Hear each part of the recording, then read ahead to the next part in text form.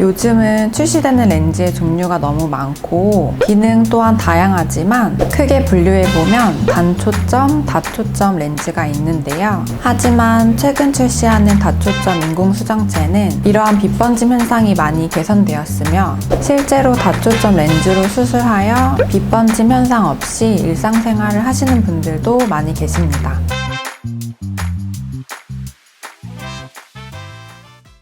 자, 이렇게 백내장 렌즈의 종류와 장단점에 대해서 이야기 드렸는데요. 나에게 맞는 인공수정체 선택은 정말 중요하고 신중한 사항이에요. 하지만 그것만큼 수술 시에 중요하게 생각해야 할 사항들이 몇 가지 있는데요.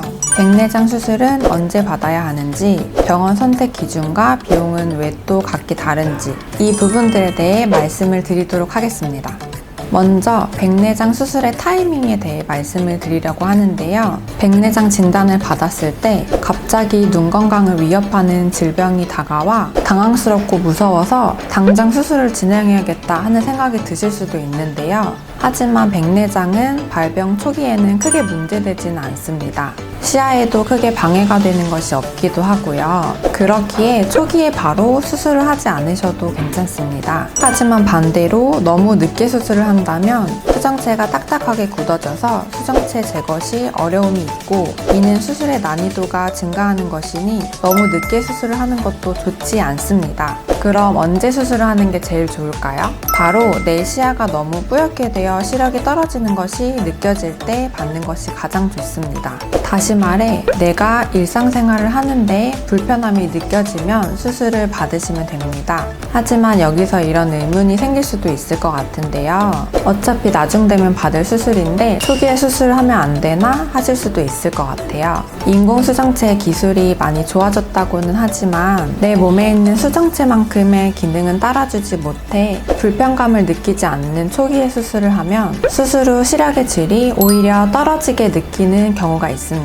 그렇기에 방금 말씀드린 내가 불편함을 느끼는 시기에 수술을 진행하는 것이 좋습니다. 저번에 말씀드렸던 내용 중 나의 라이프 스타일에 맞춰서 인공수정체를 선택하라고 말씀드렸었죠. 이 점이 너무 중요하기에 오늘 한 번 더 강조를 드리는데 꼭 본인의 일상생활에 맞는 인공수정체를 선택하는 것이 가장 중요합니다. 그렇기에 본인이 어떠한 생활을 하며 어떠한 거리를 자주 보는지 충분히 파악하고 다양한 인공수정체의 기능과 장단점에 대한 설명도 충분히 들으신 후에 결정하는 것이 중요합니다. 또한 병원마다 백내장 수술 가격이 많이 다를 수 있는데요. 렌즈의 가격 차이도 있지만 추가 수술 같은 사후 관리가 포함되지 않을 수도 있어요. 그렇기에 백내장 수술 비용이 너무 낮거나 너무 높다면 이러한 사후 관리가 포함되어 있는지 그리고 이것이 나한테 적절한지 꼭 확인을 하시는 게 중요합니다.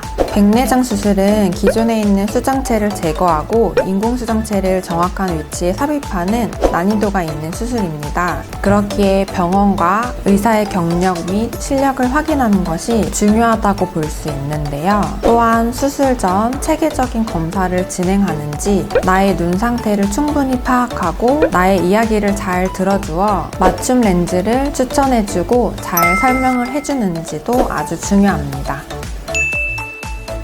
여기까지 두 편에 걸쳐 백내장 수술 시 본인에게 맞는 렌즈와 수술 시 고려할 사항들에 대해서 이야기해 보았는데요. 고령사회로 진입하는 만큼 백내장 수술은 우리 주변에 밀접하게 연관되어 있어요. 하지만 충분히 수술을 통해 나아질 수 있다는 점을 꼭 기억해 주시기 바랍니다. 지금까지 SMB 안과 검안사 이지연이었습니다.